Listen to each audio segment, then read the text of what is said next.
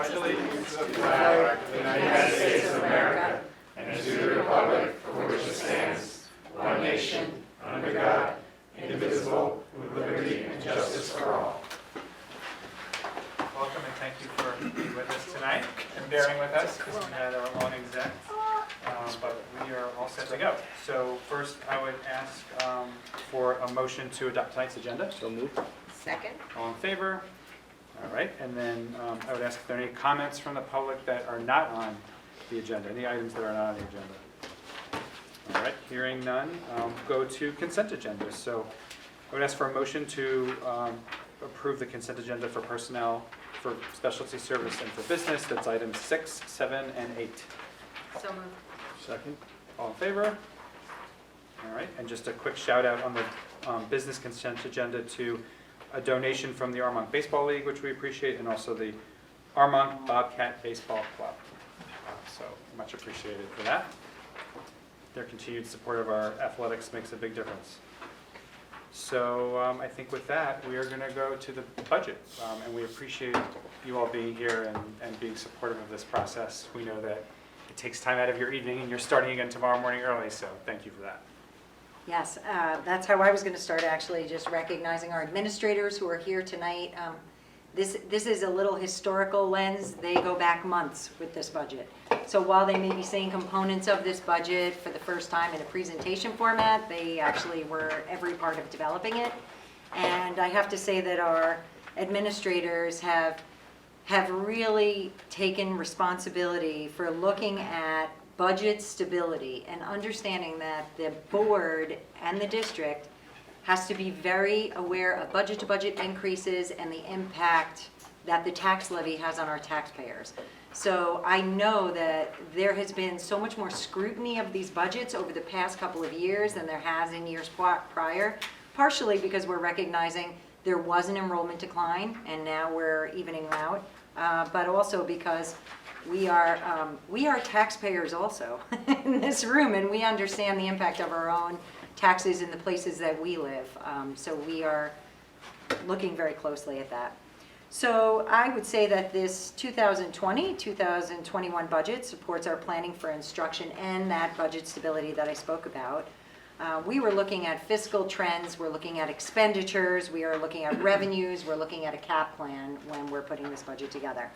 Last year, this focus resulted in a budget that fell over $500,000 below the permissible tax levy limit. That was pretty amazing. The year before, we were close to $1 million below the tax levy limit. And although we're not talking about tax levy limits today, and we're not talking about the direct impact on taxpayers of a levy that is being proposed in the future, what we are talking about is something in our control at this point, which is our budget. Our budget is very much in our control. We are looking at a district commitment to our fiscal responsibility to the community and drafting it. So who has control, Kelly? How about I just take that for a little while? Yeah, or you can go to the, thanks. I was going to hit my computer and realized I have no control. I'm out of control. There might be a second delay, so. Oh, I'm probably on slide 3 by the time I have it. Make sure it's on. This is pretty funny. And your budget goes to support technology, all of the wonderful things that we're doing. You could just move me ahead, Tim. That's okay.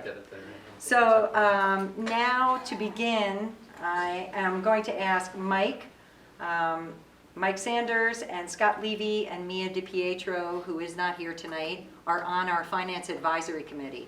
That committee has had numerous meetings since September in the development of this budget and has looked over our proposed budget by category, by component, and helped us to get to the budget that we are at now. Yeah? Yep. Okay, great. So, Do you want me to walk through the calendar, or? Yep. You take me in. Thank you. Tonight we're at March 3rd, so the administration's proposed budget. We're going to be going through that today. On March 17th is budget hearing 2, and that includes some other programs, including special needs, art and music, and curriculum development. March 24th is budget hearing 3, which will include interscholastic athletics, operations maintenance, and revenue. March 31st is budget hearing 4. I believe that's the final meeting in which we'll be getting input from any residents or anyone who'd like to incorporate their thoughts into the plan.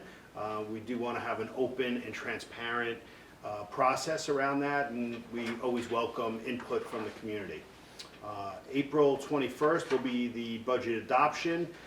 May 5th will be the last budget hearing and the review of the final proposed budget. And then finally, on May 19th, we will have our budget vote. So we encourage everyone to come out and vote for our budget, or just vote in general. We really want to have high participation, and we think it's such an important duty. So we hope that residents come out and vote on May 19th. And there are residents who are not parents in the school district, and Kelly and I are going to be hosting a budget information coffee at the district office, and starting in the next few days, that invitation will be posted on our website for the school community and anybody who would like to come and talk to us about particulars about the budget. And our budget guidelines, sticking to first and foremost our board goals. We look at enrollment. As I said, our enrollment is now projected to stay pretty neutral for the next couple of years, and then an increase by 2022-23, but of course those kids aren't born yet, so we're going to wait and see that. Really, our staffing, we have a lot of compliance with federal and state mandates. We have to review our debt service. Remember that we had 2 bonds as of this year. We still were continuing to pay off 2 bonds, and what we're going to be doing with that debt service over time. We're looking at facilities and replacement of equipment. So guidelines that we use in our budget process. Is it really that delayed? Oh, good. It's just not on mine because I'm not on that. My God. It's not the technology, it's the human. All right. So for the administration's proposed budget, the budget particulars are interesting and very favorable for us this year as budget increases go. And this is due to a final repayment of a bond. So this year is the last year we will be paying off one of those 2 bonds, meaning that that money is in the budget for our use for the following year should we need it. What that means is that we have a 0% budget to budget increase, because what would ordinarily be the increase is being absorbed by the current bond that is that bond money that is still being budgeted for. So this is quite favorable to us as a school district and our community at this point. So this is, our administrative shows no increase at this point. So last year, if you think about what increases have been, with a 0% this year, last year we had a 2.37% budget to budget increase. That accounts for this difference in money that you're seeing from the bond. And as I said, we'll discuss tax levy at another meeting.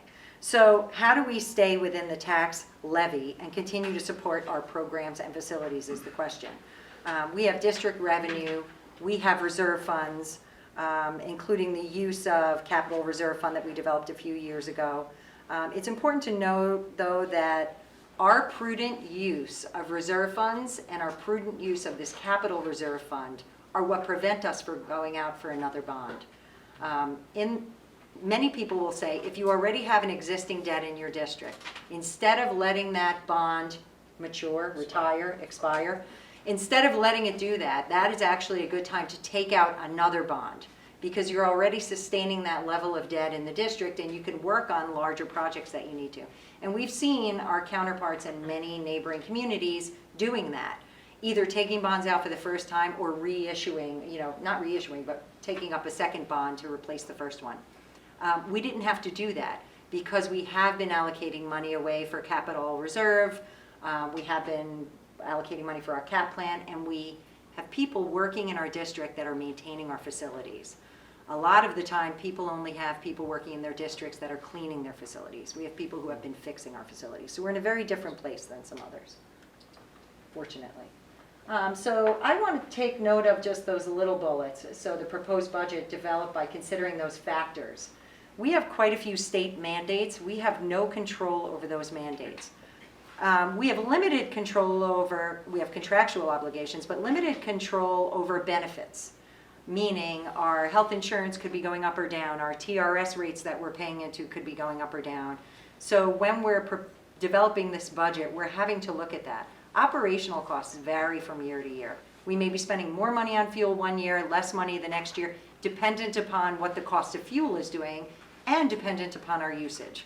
So there are a lot of moving targets when we do these budgets, but we feel pretty secure in what we have put together. The budget really continues what I talked about in the beginning about our vision. My predecessors have always said that every student, K-11, will have the opportunities afforded to graduating seniors. I keep that there because it's a great reminder that I think we've exceeded that. And we always have to remember to exceed that. I think every kindergarten child right now is likely to have a much better experience, more opportunities than our graduating seniors. If you look at some of our kids in the younger grades right now that are working on robotics or are, in their Encore program in maker spaces.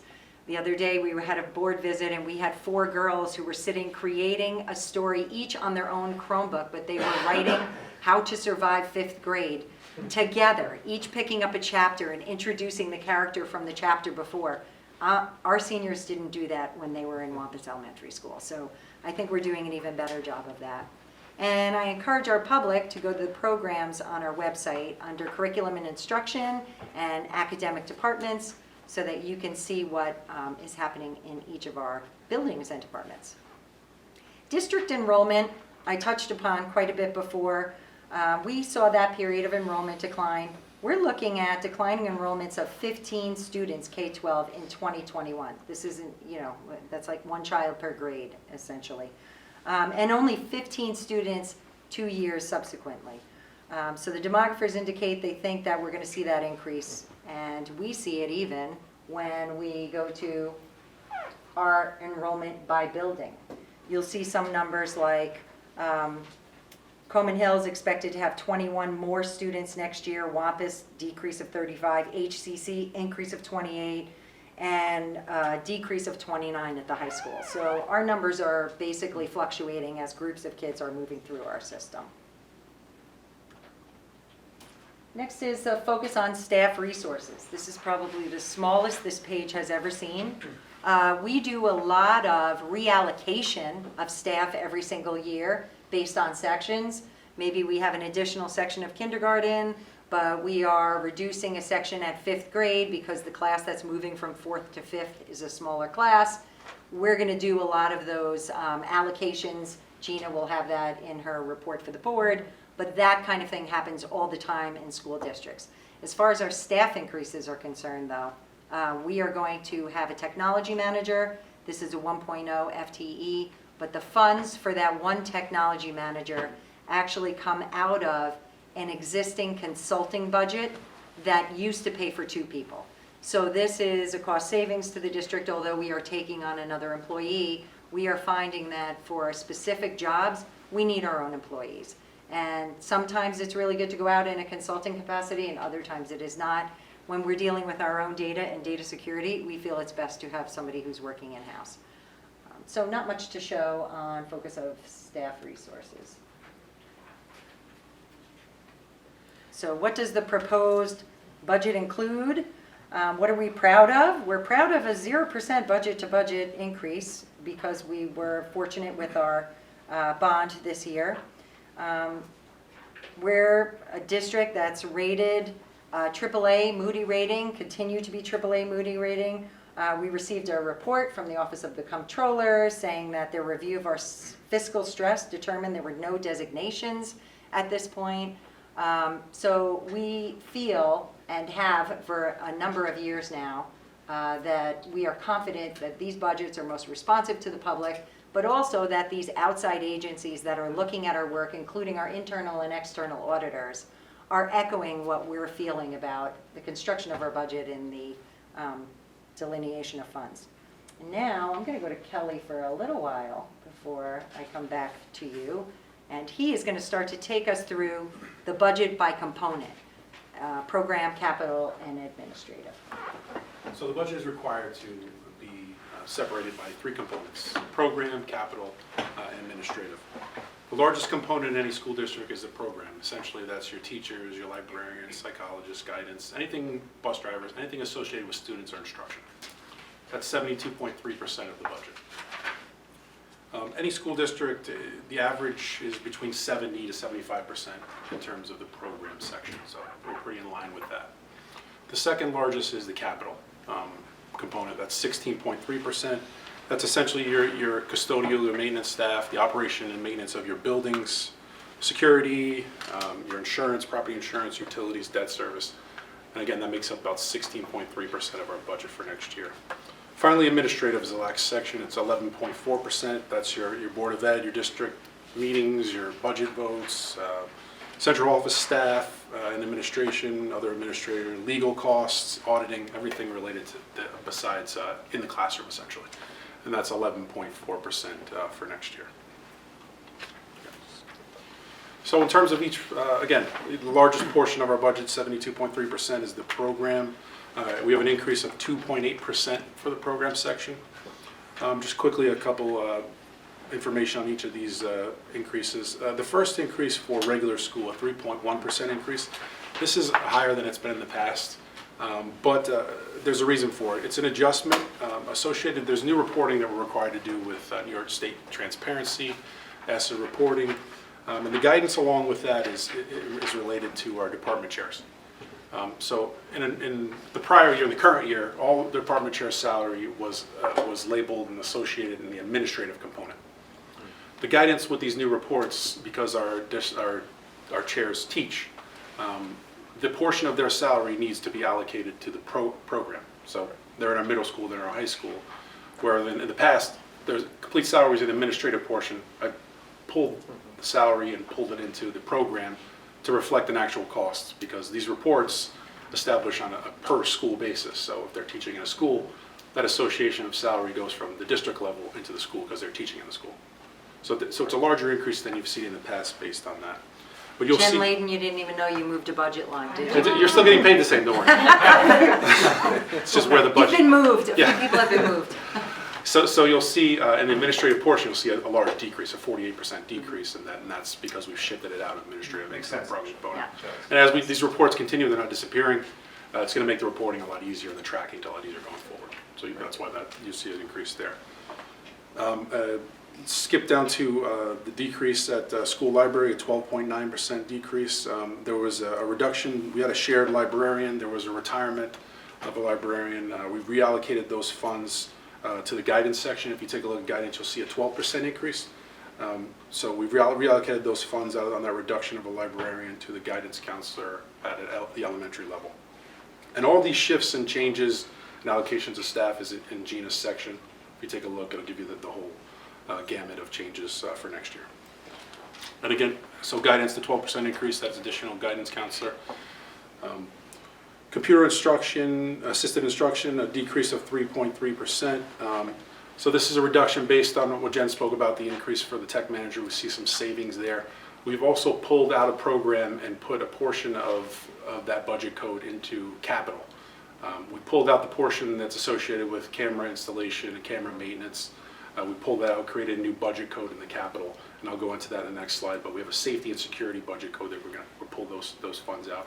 And I appreciate that codes are for what they, it's easy to understand when it says safety and security and it's a code, that safety and security falls under it, and not that I have to find safety and security in O&M yeah. and athletics and all over the place where it doesn't become easy to account for when it's spread out. Social worker, you see an increase there. That's due to an additional guidance counselor at the elementary level. Again, that was also associated with some reallocation of funds from some retirements as well. Psychological services, a decrease of 5.3%. We had a resignation mid-year last year that led to a shift from the elementary level to the high school, and we haven't replaced that position, so that's why there's a decrease. The budget is kind of catching up to what actually happened in psychology. Athletics, an increase of 4.8%. Essentially, that's increases on coach's salary based on contractual agreements, but also we have some replacement of some equipment in the fitness center that's past its life, so we're replacing a lot of equipment there. So there's a little increase in equipment athletics. Okay, that's how we have 4.8%. And People, when you're looking at 4 point, it wasn't that much. yeah, we're talking about 40,000, yeah, it's not a huge dollar Right. amount. It's a little bit money, but it's, yeah. And then pupil transportation, a 3.5% increase. That increase is, pupil transportation is the estimate, they're hourly employees. At this point, based on my projections for this year, I think we're gonna be under budget. So I've increased that a little bit, just to kind of correct that for going forward into next year.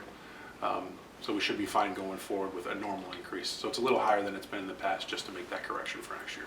And that does not include vans. That's another budget line. Yes, so this is, I didn't even start to say that. This is salary, benefits, supplies, materials for all these categories, right? It doesn't include equipment. And then employee benefits, a 4.7% increase. TRS has increased from 8.8% to 9.5%, so a bit of an increase there. And health insurance has also increased 4% for next year. So the 4% increase is the portion of the program in which benefits has increased, okay? And finally, the interfund transfer of $75,000, that's our portion of our summer special ed program. So we're maintaining it at $75,000, which should cover us for special ed. Skipping over to capital, that's 16.3% of our total budget. It's a decrease of 10.1% for next year. Operation of plant, you see a reduction of 8.8%.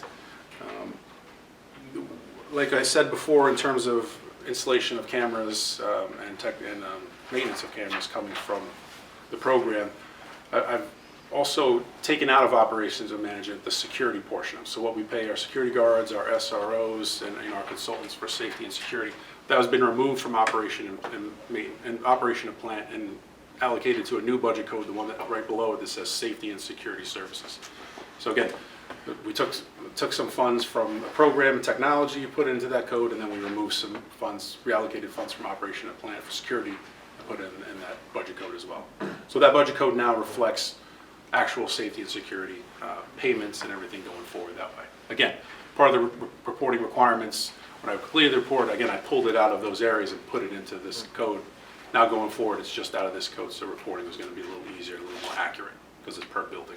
And we know how much we're spending on safety and security. Exactly. And this is going to fluctuate because we have cameras and we're not going to be doing phase 2, phase 3 of camera installs, right? So we should not be seeing budgets like this after next year.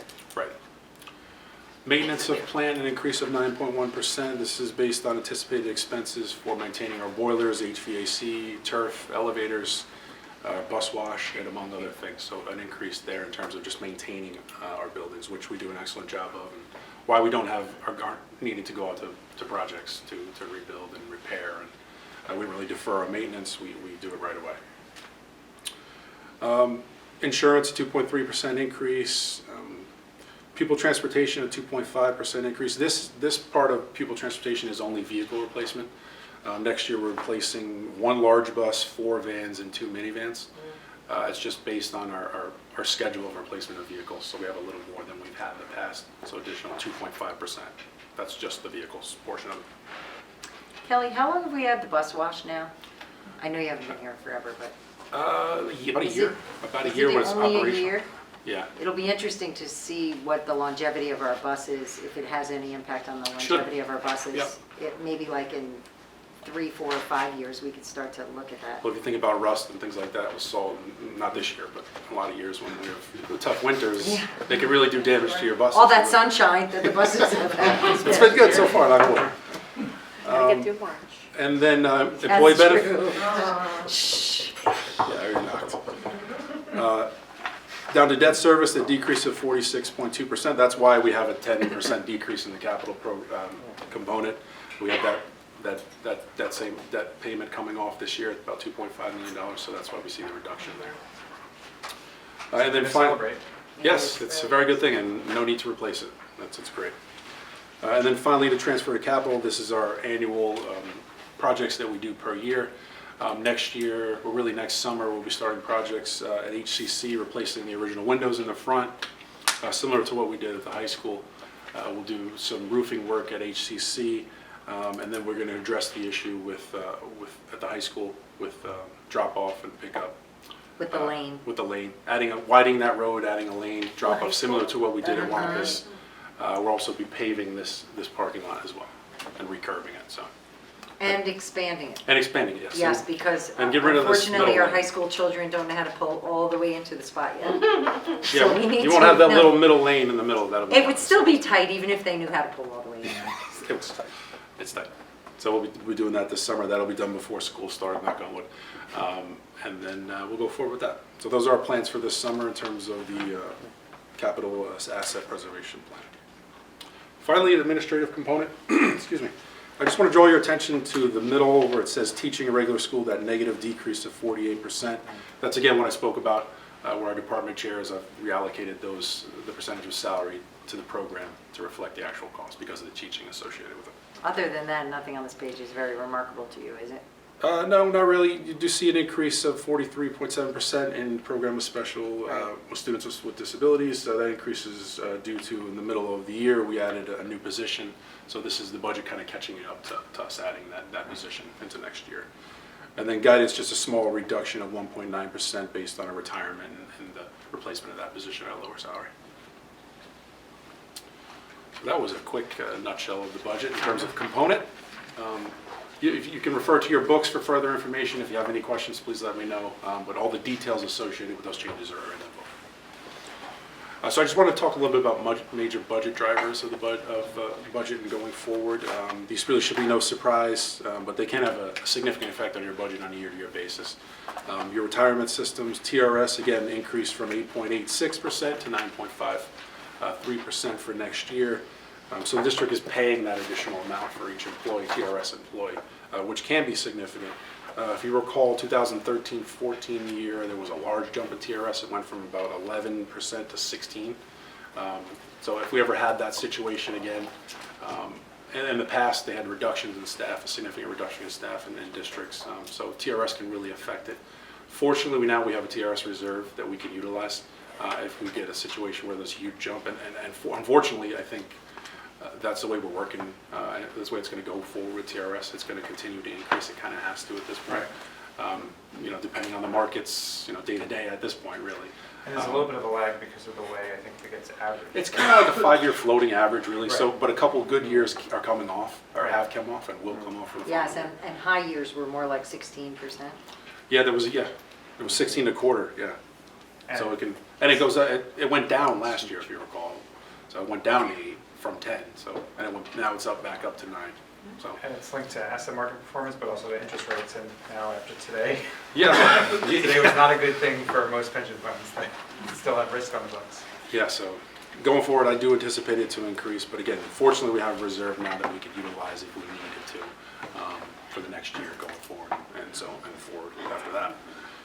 Salary increases based on our contractual agreements. Those are, the majority of your school districts, your staff is your main asset, so that increase can be a significant effect. And also health insurance. We were fortunate this year that our health insurance increased only 3.7%. I say only because, last year we were at about 7%. So really that can fluctuate on a year-to-year basis. So, that's one of the major budget drivers you're going to see in a lot of districts. And then issues of concern. Sadly, this slide did not change from last year. The issues of concern we've had last year are the same. You've seen the governor's proposed budget where he's suggesting or proposing changes to foundation aid by collapsing it and combining it, reductions in building aid, and also essentially freezing expense-driven aids to your prior year number. BOCES related, like I spoke about at the previous meeting. So all those suggestions that the governors came forward with are still kind of in effect and similar to last year. So that is an issue of concern going forward. Reductions in STAR, no changes to the tax levy formula. It's now permanent into law. We've asked for changes in terms of concessions when CPI is below 2%. At 2% as a minimum, that's something that my group has kind of fought for, and we've seen no relief on that. And speaking of mandate relief, at this point we really had none. In fact, mandates keep coming out and there's no funding behind it. So we're kind of seeing that in the other way, and hopefully that won't continue. And then at the federal level, any changes to federal tax law and any potential reductions in our grants as well. So all those are concerns to definitely think about and keep in mind going forward in our budget. It's probably just worth mentioning one of the issues with the debt coming off. Obviously, we had a discussion, does it make sense to, think about another bond? And as painful as a day like today is when, rates go down by 50 basis points for a pension fund, it's helpful from a borrowing perspective, so Yep. it's a good time to borrow money. But having said that, we really and truly, because we've kept up with the facilities that we have, we don't have use. And so, certainly the responsible way forward is to not, borrow money for the sake of borrowing money. And so that was really the thought process behind not, replacing that bond, which is just being mentioned for, the public. Absolutely. Very fortunate. Yeah. And then finally, we talk about the expense side tonight. We'll talk about the revenue side on March 24th. We'll discuss state aid. Hopefully legislatures and the governor will come up with an agreement on the budget. It's due April 1st. Usually I have numbers around March 24th, so hopefully I'll have final numbers in terms of state aid by that date. So we'll discuss where we are on that. Tax levy, we'll discuss that as well. We've had a lot of discussions in the Finance Advisory Committee about the tax levy and where we want to be. So we should have some further information there. And there's fund balance reserve we're going to use. We'll talk about equalization rate. We'll get into full value, all that fun stuff, full value rates and changes in assessed value in each town. And we'll talk a little bit about what the estimated tax rates will be depending on the tax levy that we choose. So something to look forward to on March 24th. And then, any questions for Kelly before I move on? So I'm just going to conclude with, I always ask myself, so if I'm a taxpayer here, what do I want to know about the value of our schools? If I'm a parent who cares about my children who are going through the school district, or I'm a taxpayer who cares about the value of my taxes, why a Byram Hills education, right? What's so special about Byram? So I started taking some notes as for our students. Well, Byram Hills students, 99% of our students from the class of 2019 attended college. Special recognition document on our website shows that in 2001, only 20% of our students were accepted into the top 11% of colleges, 20%. For 1920, 84% of our students were accepted at Tier 1 and 2, with Tier 1 hitting an all-time high acceptance rate of 70%. 2 years ago, I bragged about 60%, right? So that is even a greater increase. Superior college admissions is also met with our student recognition. We continue to rank in the top 100 high schools by Newsweek and Forbes magazine, and Standard & Poor's rates us as a value-added school. Our middle school last year ranked number 1 in ELA in grades 6 and 8 in the region, number 3 in grade 7 ELA in math for the region, number 1 in science for the region, and we're in the top 5% of districts for Regents exam scores, which we don't usually, I don't know that we think those Regents exams are so pressing for our children, but still, it's nice to be there. Our robust programs like science research have had 117 Regeneron scholars, 20 finalists to date. Our academic challenge, mock trial, debate team, model congress have all received recognition at the county, state, and national levels. And you could go to Tim's special recognition document to find all of this. Anybody who's out there in the world and wants to peruse our website, you can find that. For computer science, our students have received female diversity awards and student awards for aspirations in computing. Finally, we're New York State Reward School, which means we've been issued status as a school of high achievement. All of this with outstanding scholar athlete recognition at every level and numerous special recognitions in the arts. I think our students tell our story. We are proud of the opportunities that our students have and the opportunities that this school community provides for them. So we want to thank our public in advance for supporting our children in our schools and allowing them to have all of these opportunities that we know our kindergarten children will have more of, but we're happy to say that our graduating seniors have much more than kids did 12 years ago. So this is part of that improvement process. The budget supports it. So that is all for me for budget. Can we thank the people in our audience tonight? Because Yes. without them, our students wouldn't succeed. So thank you all for getting our students in our community to the level that they're at. And for taking risks. This is a group of, nobody takes risks by themselves in this group. We're all risk takers in a huddle. we'll get together and we'll talk about something and decide what we want to try, what is new, how can we look at things differently, what learnings should we have, even if things are staying the way they are, what should be our learning process. And these are professionals who have confidence to do that because they have the support of a Board of Education, but they also have an intense network of each other. And I think that that is something very special and unique to our school district. So thank you, everyone, for coming.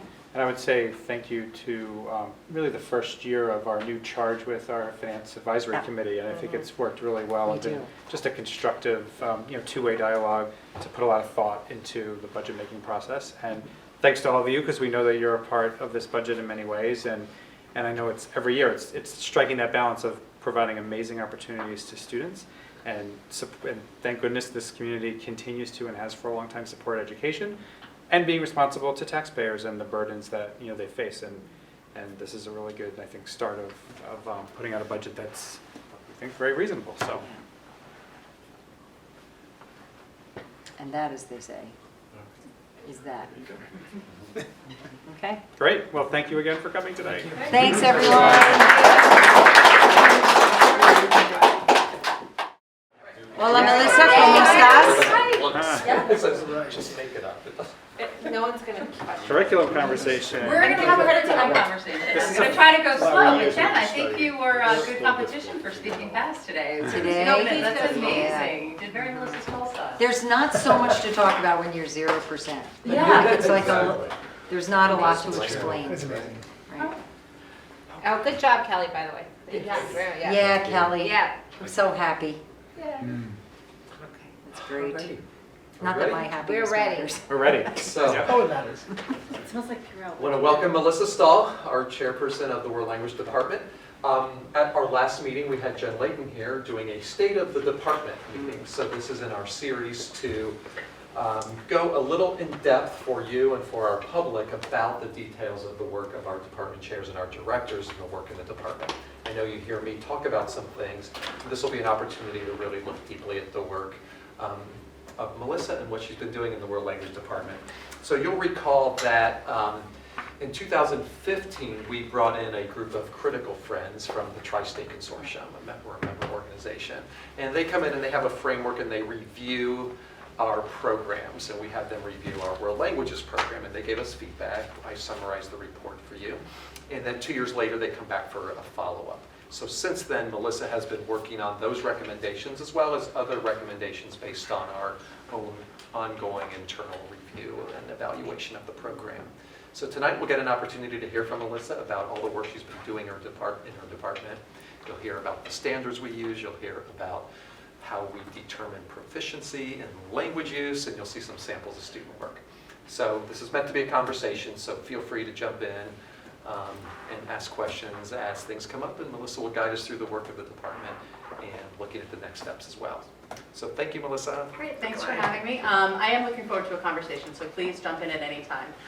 One of the things that I thought it was paramount that we start with is what is guiding our decisions instructionally and curricularly. And back in 2015, actually in 2014, before Tri-States came, I started looking at what ACTFL, the American Council on Teaching a Foreign Language, which is the national organization, was doing for standards. New York State hadn't updated their standards for foreign language, or LOTE as they call it, since 1996. They were the same topics I studied when I was in high school.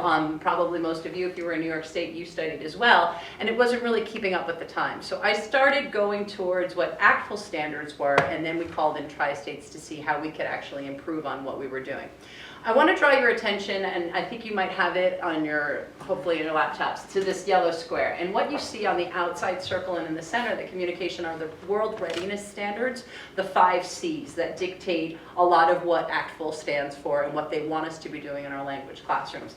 On the inner circle, you'll see the 4 skills of reading, listening, speaking, and writing, as well as the reading, writing, and the listening, speaking. I consider them 4 skills. We don't need to add an extra 2. And then you'll see these 3 modes of language learning, which is something we've really focused on in the Department of Interpretive, Presentational, and Interpersonal. They pretty much mean exactly what they stand for. Interpret is you either hear something and respond speaking, or you read something and you respond in writing. Presentational is exactly what I'm doing right now. I'm doing a presentational speaking. There's also presentational writing. And then interpersonal is anytime you're working with someone in a dialogue. So those are the basic tenets for what we dictate everything that we make our decisions on in the department. And I'll be bringing this icon, logo, back to show you when we're doing student exemplars. Melissa, can I ask you this? We no longer have Regents exams in world languages. So we no longer have Regents That exams. was They did away stopped. with them so that assessment, it was at the end of year 3, which is essentially our 10th grade year for all of our students, and we've stopped those. There was a standstill in New York State with language, so that's why we went to ACTFL. Right now, actually, starting in 2019, New York State started a task force, and actually we have Mr. Eric Onyotski is sitting on that task force because New York State is looking to take on the ACTFL standards as part of their own. I don't know how many states have already done this in the past 5 years, but New York State is paying attention and they're taking on the standards of ACTFL. So this, the World Readiness Standards, the modes, and the skills will all be standard place in all of New York State schools. They're making decisions now. Great. So another idea that ACTFL, I don't want to say an idea, another useful component of ACTFL is their rating scale. And this is really important to understanding why and how we do a lot of things in our school. There are four levels of language rating that you can have, and the novice, intermediate, and advanced levels have, they start with low, novice, intermediate, and high. So you can see those divisions in that cone, and you can see how it goes up. What is important about this is a goal for a high school language program is that students exit the majority in the intermediate mid. That's a goal for a 5-year program. Okay, and actually, if you take a look at this this little piece that I put here, I know it's small, but it talks about the categories of language. So there are 4, based on the Department of Defense, they've categorized all of the languages into 4 different categories. Your Romance languages, what we teach at Byram, are a level 1.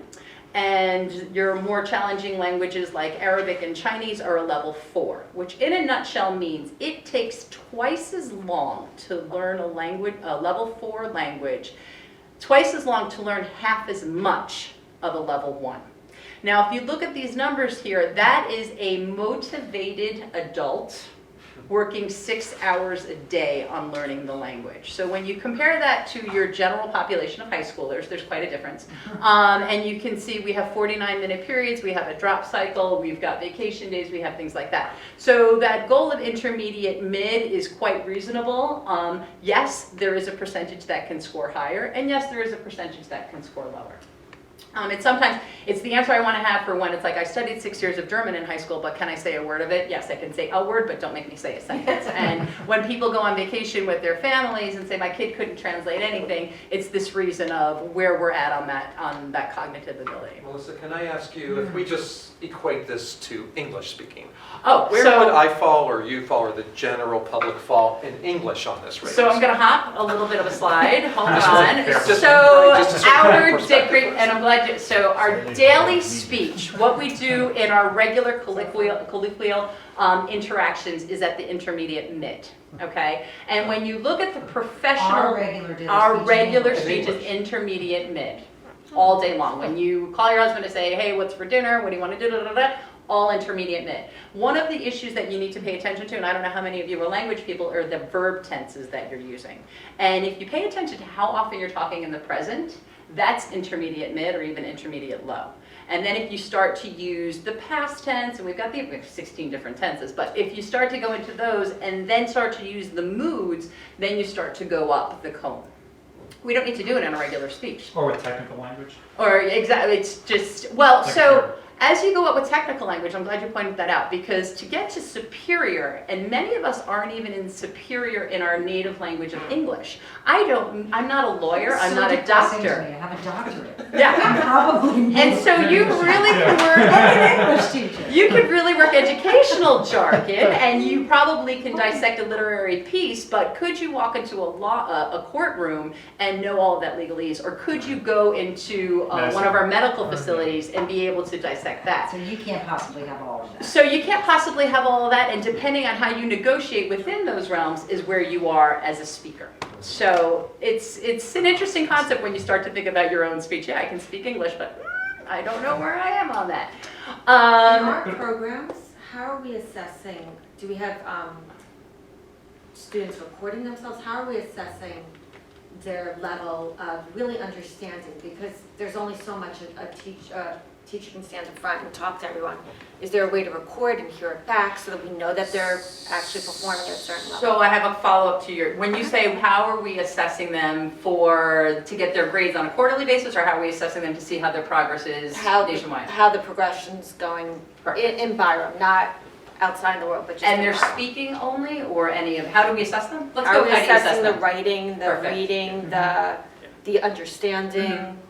So we do have, at each level, we have assessments in class, and teachers collaborate on their assessments. One of the things I was going to talk about in a further slide, our next steps, is that we're actually bringing in a third-party assessment at this point. Because I think without the Regents exam, you can't compare how we're doing, and Jen said it well, we don't really value the Regents so well, it didn't tell us much, but there's still no standard for how we're doing for the rest of New York State. So we're going to be working with a third-party assessment. There are two big ones right now. I actually just got certified as a rater for one of them, and it's predominantly the interpersonal speaking, and it also has interpersonal writing. So what it is it gives you a prompt, and a student has to respond in a time sense, and then ACTFL has developed a rating scale of how you actually go through and rate that student. So we're actually working on that for next year. We're going to start the year in September and end the year in June with these third-party assessments. And at what level are they doing these? We're going Because to that's something that leads up to the AP, where Exactly, they're yeah. kind of blindsided at the AP. Right, so we're going to start, for next year, just to start the baseline, to see where we're at, so then we can actually, what we have to do to improve. We're going to start 9th grade in September, get that baseline, and then we're actually going to assess the 10th graders at the end in June to see how we went. So where are we going with our level 4s, and where are we beginning? It's going to give us a baseline, and then we'll see from there. It's something that we've been lacking in, that we've recognized that we need to get that standardization of where we are. One quick question, well, I don't know if it's quick, but one question for you that I guess is kind of an interesting question maybe.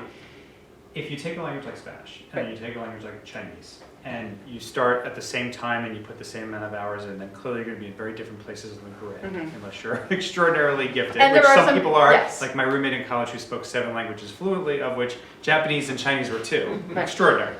Very few people like that. And there are people though. Right. So the question is, so for students that continue with language in college, which these days I'm sure many colleges still require it, and then others are just going to want to take it because they're interested. So if you're starting on the trajectory, so on Chinese you're going to be here, and then Spanish you're going to be here. But are you still on sort of the same trajectory? And if you continue and you go in college, like you're going to build on that prior knowledge? Or is it almost like if you don't get enough Chinese instruction or Japanese instruction, one of those tough languages, you just don't make any progress until you really immerse yourself in it? So it's funny you say that, and this is one of the slides I just want to show you. There was a study done, Dr. Ender from ACTFL actually presented this, and I said, I need to borrow your slide. And there were 500 undergraduate language majors that they actually studied. And take a look at how they scored on that cone, I can add it for you guys, how they scored when they were done with their 4 years of studying their language. They hadn't changed much, just like you said, how much are they changing? It really comes down to that immersive experience, and I think that's the only way you could take someone from being intermediate mid to going up. It's funny, but I could talk all day long. I lived on a cow farm in Argentina, so all of that vocabulary I can talk about really well in Spanish. I don't know if anyone else could do that if they haven't had that experience. So when you get to that immersion piece, and what are you doing in your daily life? Are you living with, or are you friends with a lawyer or a doctor or a nurse? Are you friends with an engineer or someone who's well-spoken in 7 different languages? How are you incorporating that and learning that vocabulary? Because there's only so much you can do in 6 hours a day. And there's only so many resources that are available also that are engaging. So if you have and if you look at this, there's 12 students out of 501 who actually scored superior. That's 2%. So it's one of the challenges that we have, and seeing this makes me understand why some of our candidates for vacancies that we have, we're not impressed with their language skills as well. And it's one of the fears I have when we look at those more advanced languages like Chinese or Arabic, and I was going to talk to, Ira's not here tonight to say, I'm starting to explore Chinese, but it's one of the fears that I have is that are they proficient in the language? Because that's one of the ideas that we need to have a quality program. Got it. But if you have a more difficult language and you're you put the same amount of hours in, you're not going to be at the same place, but are you still making progress? You can still always make progress. You can still, it depends on your intrinsic motivation is what it comes down to. Right. They say with FLES programs that pronunciation is improved. That's foreign language in the Lessons. elementary. Oh, sorry, foreign language in the elementary school, that pronunciation is improved. That's what all of the research points to. It was that 10 years ago we did the study, and it's still saying the same thing. It doesn't necessarily move you up the cone. It by the doesn't time move you up the cone. graduate Yes. from school. Unless That's you're what the having those research says. experiences, and it's funny because I had to get, in order to get certified for the rating, to become a rater, I'm going to give you a big long explanation. The oral proficiency interview is what ACTFL does to rate all of these people. It costs about $750 a person to have it done, and it takes about a half hour. It's a phone call. So when I had to get certified to be a rater, they do this oral proficiency interview C, and it's on a computer. And what it is you look at the computer and it talks to you, it tells you a prompt, and then there's a running timer on the bottom where you have to talk for 2 minutes. So they ask you a question like, oh, what has your country done to combat environmental issues recently? And then you answer it, but then I've only spoken for 45 seconds. Now I need to demonstrate how many tenses I can go through, how much vocabulary range I can have. I'm looking at the timer going, and I have to do this in a minute and 15 seconds in an organized fashion. So part of it becomes what kind of test takers are these people too? So when you talk about how are we assessing them, it's did they have a bad day? Have they been practiced for this? It's time sensitive. Exactly. So all of these have to come into play. So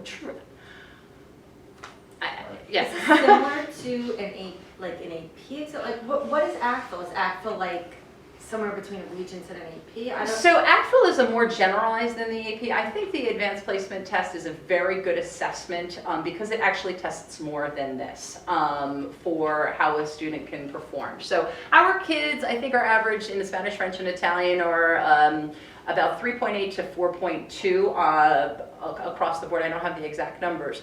So our kids do well on those tests. The high is the scores of 1 to 5. They do well on it, but they're asked the interpersonal, so they have to read something and then respond in an essay.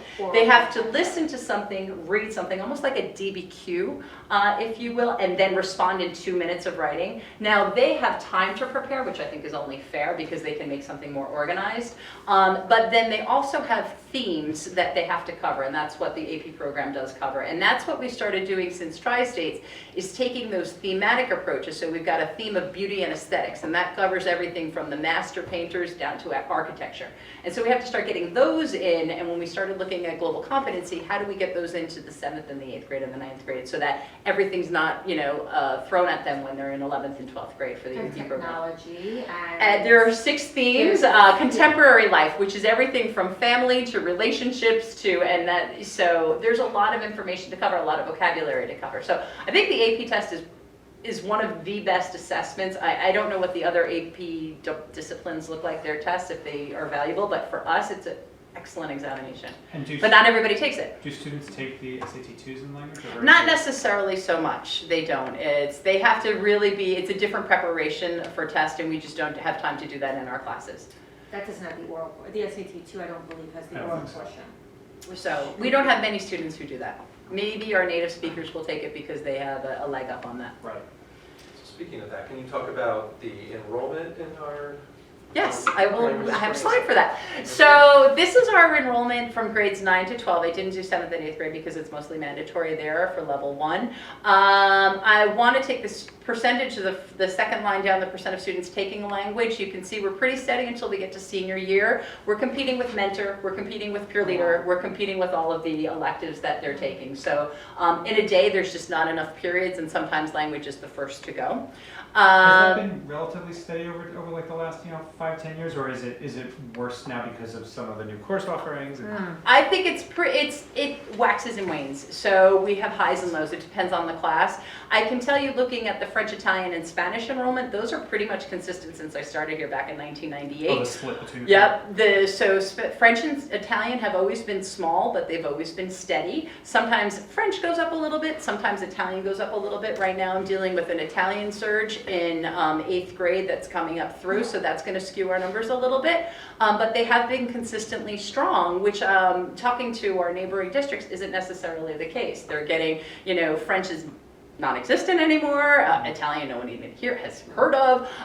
So I'm pretty happy that those are steady and they're consistent and we have the continuous enrollment, although they are small programs compared to what we have in Spanish. And Scott, are you referring to students taking a second language course? Is that what your question was asking about? No, just like the percent senior breakdown. drop-off. Oh, the senior Yeah. drop-off. Yeah. The senior drop-off, has it changed now that we just have so many more course offerings, or has it always been going from like that 77% down to 40%? I'm going to say some class, on the majority, it changes between 5 and 6 students a year, Okay. up or down. Not So big. we're not talking about section sizes at all.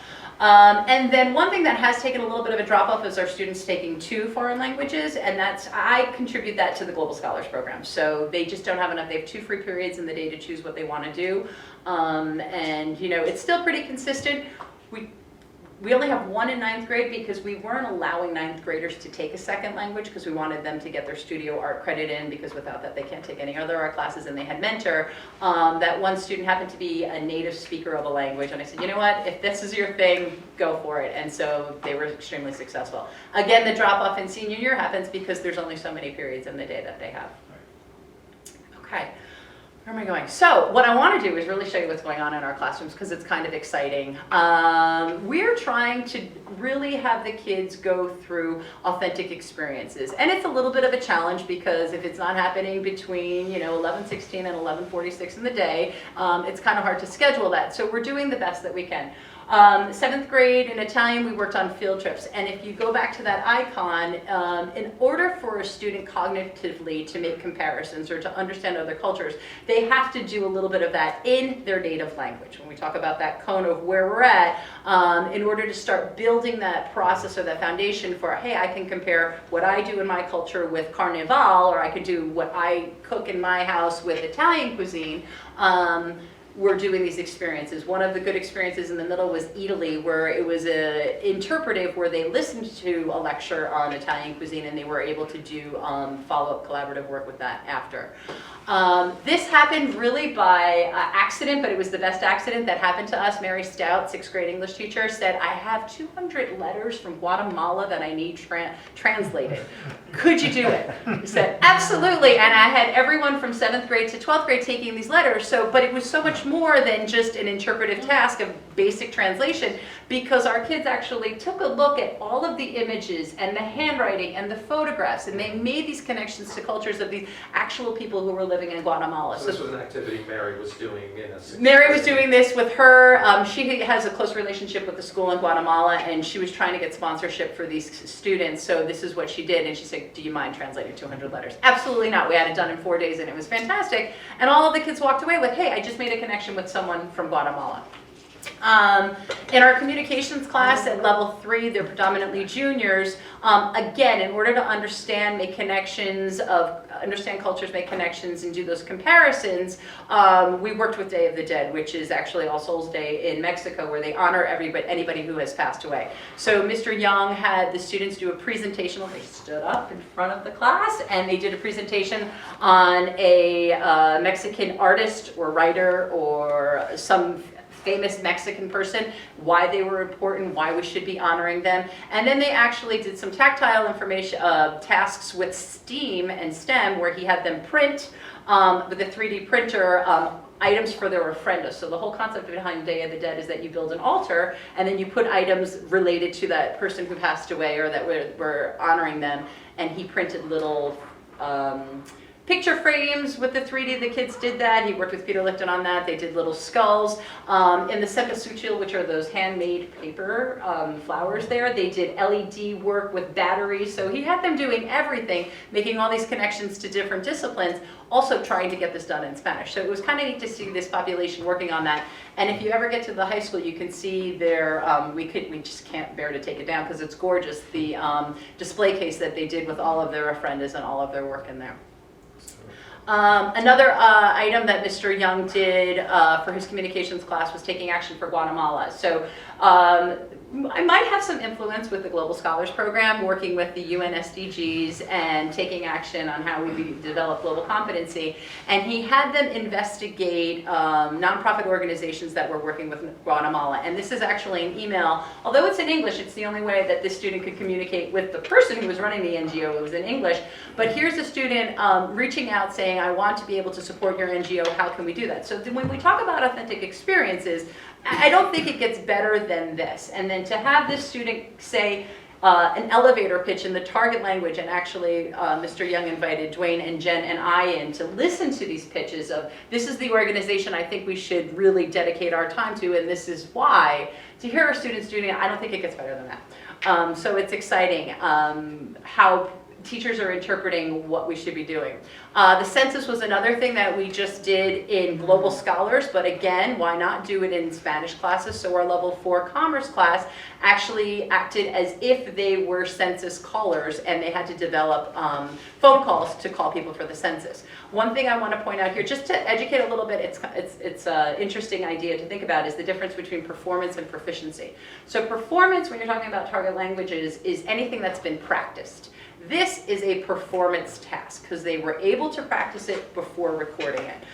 Your AP test that we talk about is a proficiency because you don't know what's coming at you and you have to respond right away. So you do have to go through the performance in order to build your ability to do your proficiency, but we're linking it to the census, which is a real action. They're able to see this. There's available resources, thankfully, for the census in Spanish. And so there we have that authentic, not necessarily audience, but we have that authentic task that's very real to them.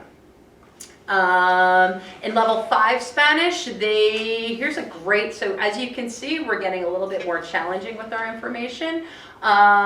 This is an interpretive task. They had to look, this was working with Sleepy Hollow Tarrytown. The teacher happens to have another teacher friend there, so they made a connection with the classrooms of the elementary school. What do you need in your classroom? My kids really don't know how to be digital citizens. So what could you do? So the level 5 students investigated what's great for this age group. How do we put it in how do we design posters that teach these kids how to actually be better digital citizens? We're going to present, they made the big posters and then they sent them, they're hanging in the classrooms over in Sleepy Hollow.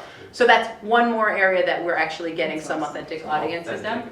Yeah, authentic audience, it's hanging there. And Melissa, I'll be sharing with the board at the next board meeting, we just got it today, is finishing the census video from Global Scholars. So Melissa was talking about the census, and we integrate language into the Global Scholars as well. The students have been working on this census project, and there's an amazing video that was made that's actually being debuted tonight at the PTA meeting. At the PTA meeting in Mount Kisco that our students created for the census in Spanish.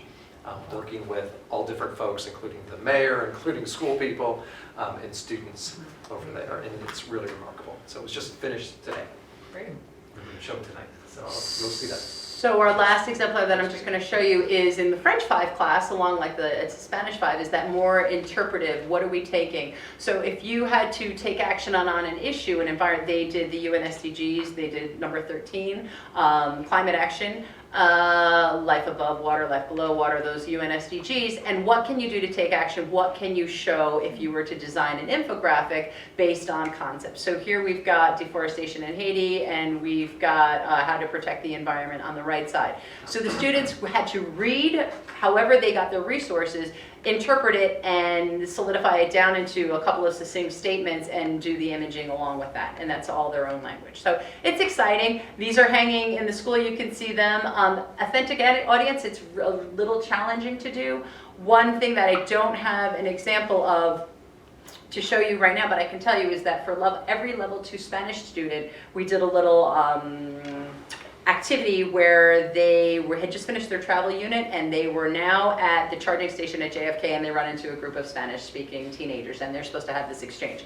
I was one of the Spanish-speaking teenagers, and what it took was, and this is one of the challenges with having an authentic audience, I had to sit in on 16 classes to actually have those conversations in groups of 5, which was great for me because I got to know every single level to a student, but if I had to call an outsider in to actually be a panel for authentic audience, hey, could you come for 16 different sessions to do this? It gets a little bulky, so it's one of the challenges that we're trying to work through. It's not impossible, but it's something that we can be done, that can be done with the right thinking about it. Could you make some of the older, more proficient students? So Or, you know, ideally, as we theoretically, do and it's funny because Mr. Eagle was talking about that because we're planning another level too, and he said, well, can I have the older students do this? I said, yes, if we don't pull them out of their other classes. So then he said, well, why can't we videotape them and then we can play the videotape? So we are getting creative, and thankfully for technology, there are options. Well, maybe for scheduling purposes, when you're making, you know, they're working on a new master schedule at some point, maybe you could pair Spanish level 5, I'm just thinking Yeah. of ways that you'll be able to have leaders work, you know, and create more leaders. We're always thinking of how to do that, but yeah, there's some possibilities. I think the videotaping, and if they could do it in their own class and then we play it, something can work along those lines, yeah. It's nice to have the interaction, I you know, know. with the older And the students. older, so we did that once, Heather Louise did that because she was teaching a level 3 and 8th grade, and she had the level 3 students actually write letters to the 8th graders, and they wrote letters back. She was the conduit, and it was very easy for her to do because she was in control of it. So we do have that, and everybody was excited because they got siblings of each other, and they were able to talk about it, so. I'm also thinking it might also encourage people to stay in the program, Mm, you know, to that level 5. because there's a leadership Because position, yeah. there's something exciting coming up that they get, Leadership, yes. Mhm. I don't know, it's just, I want to bolster the program because Right. as you get further on the program, it gets better and better. Mm. Well, they could do more with it when they get older, It's so. an interesting idea, I hadn't thought about that. Well, like in social studies with the Sorry, 7th and sorry. 12th graders and the passing a bill, how that, Yep. Yeah, Mhm. that is interesting, but what's interesting is if I'm a kid in that program, what's my grand finale, right. Right. right? they all Whereas want some of these the others, leadership that could be like something to think of. And even going down to the 7th and 8th grade where they're so excited. They You'll like get them that. to compete with, but that's Melissa's problem is then she'll lose her global scholars kids to the languages. They'll You still know, be we'll deal with the challenges that they come at us. We'll deal with the One way challenges. or the other, they're still yours, Melissa. They're Just still mine. decide They're how still to give them options Yeah. or not, right? Yeah. Yeah. So let me move forward with, I talked about foreign language in the elementary school, and I'm starting to re-explore that again. We did have a review in 2009 where we investigated whether or not we should do FLES. And we went back to that research and we reviewed it, and nothing has changed since then. We So. updated it, we looked at updating that document, which was 10 years old in terms of the research, and it was all fairly consistent still. Yes. So basically, obviously the cognitive improvements that can happen if a student is bilingual brain is developed earlier. They talk about that, but predominantly for language production, it's the pronunciation that improves across the board if they're exposed younger. And So generally, that's exposure by native speakers speakers, Yes. exactly. with a minimum of how much time a week? 3 sessions of 30 minutes, Yeah. I think, something like At that. a minimum, and that improves your pronunciation. And that's what the research is How pretty do they do it consistent. in Europe then? Spanish and French level 5 go down to Copenhagen and do an after-school program. That's a good question. In Europe, where they're speaking 3 and 4 languages Yeah. apiece, I think that there's a different. So I asked Lisa Squadron, who actually is Swedish, and I said, "How is Swedish?" When Greta Thunberg was speaking, I said, "How do you speak English so well?"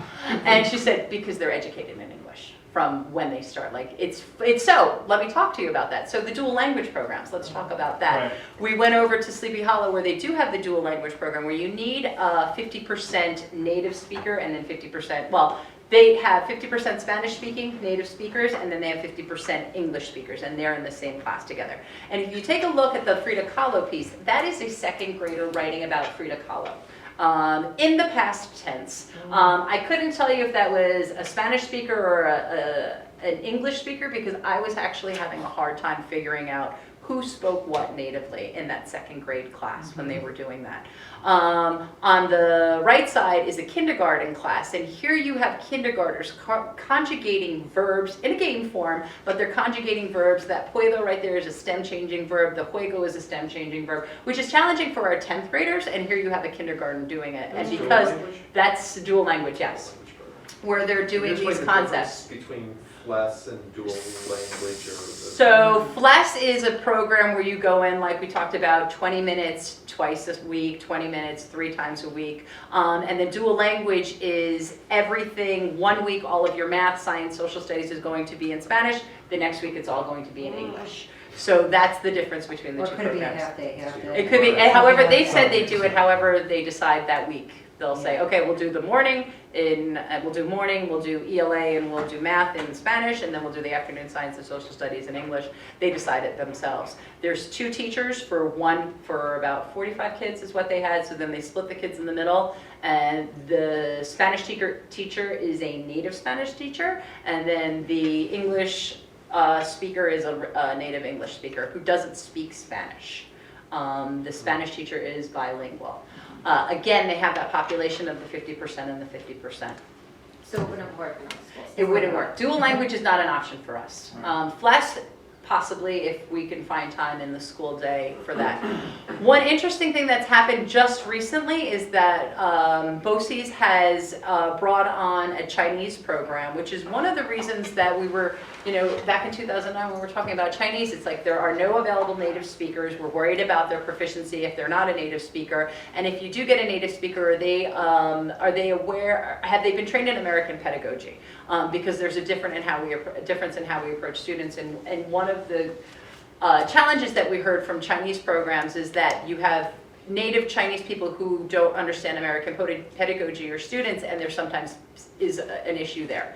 So BOCES has opened a program where they have teacher aides, native Chinese teachers who have been trained in American pedagogy and students available for programs. Actually, over in Greenberg, they have their pre-K program is run by one of the teacher aides. There's the classroom teacher is there, and then you have your Chinese teacher aide in there doing sessions of Chinese.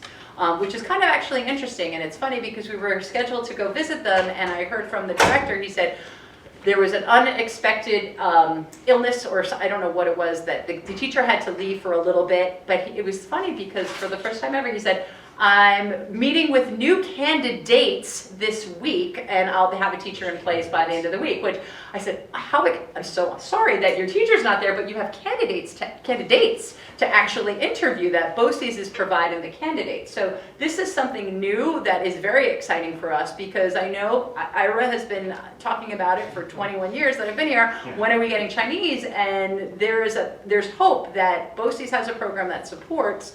They're teacher aides, they're not standard classrooms, so teachers, so if we had a classroom teacher, could we work something with this moving forward? And do they come in person, or is it? They come in person, They do. yes, they come in person to your class. I have a video, I can actually send you the video. BOCES did a promo video of how it looks with these kindergartners, pre-K. They're trying to doing increase the Chinese. pipeline of candidates for When you Chinese look at language. our kids and you look at the amount of time that they're spending right now in the elementary school, and can we really actually break out Right. 20 to 30 minutes 3 times a week? The other option is after-school option. And that's Right. the other availability, because that would even give us more candidates, because if they're during the school day in another Right. district, then they can come here after school. I mean, it's exciting It's a to lot know of that there's an people. opportunity Does there. BOCES have, well, but that would be for elementary only, not for, That's for, they're claiming it as an elementary, and because they just started it, so they need to build it. I see. Yeah, so I'm assuming as this, Greenberg has Chinese at every level now, so as they're going through, they're getting that support.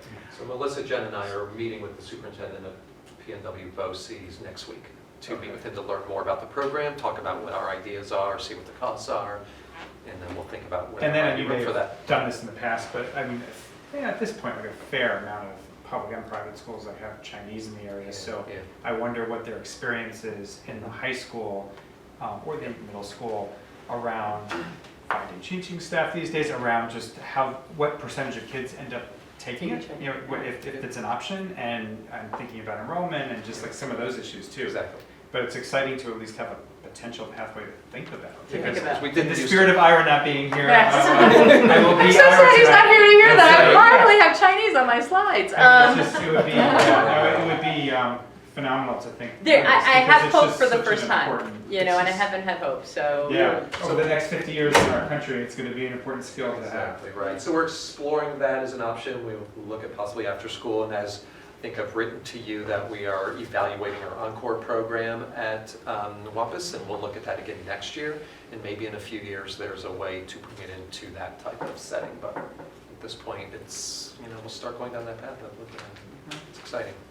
So, And I mean, I guess it leads to the other question, which is at the elementary level, thinking of it in the after-school setting or whatever is the most natural, because I mean, I know schedules are packed in the elementary school, but could you do Spanish and French similarly? Yeah, exactly. So We're we want to exploring all start that. exploring that idea. Yeah, I think if we looked into something for after school, it would be for more than one language. Mhm. Yeah, makes sense. Yeah. And we've been working with Peggy McEnany as well, so she's aware of our investigation, and she's a partner in that as well. Yeah. Mm. So we're not And leaving her out then you of the can loop. encourage your Spanish upper levels Mhm. to go Exactly. be teachers, you Exactly. know? Well, it would be interesting to see if we, They love if we had these dreams and Chinese comes up, what does that do to our second language program? Because it's so unique. The experience with just a different alphabet and the tones of Chinese, I don't know, it's hope is what I have, so.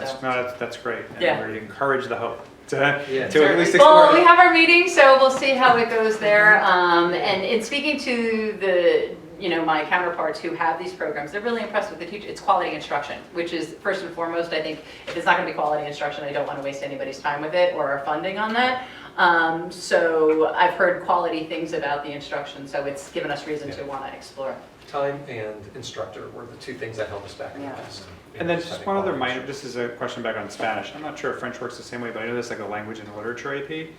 We have language now. We have language and culture in all three of our languages. And I have no idea if there'd be any demand for it or not, but like, is there demand for literature?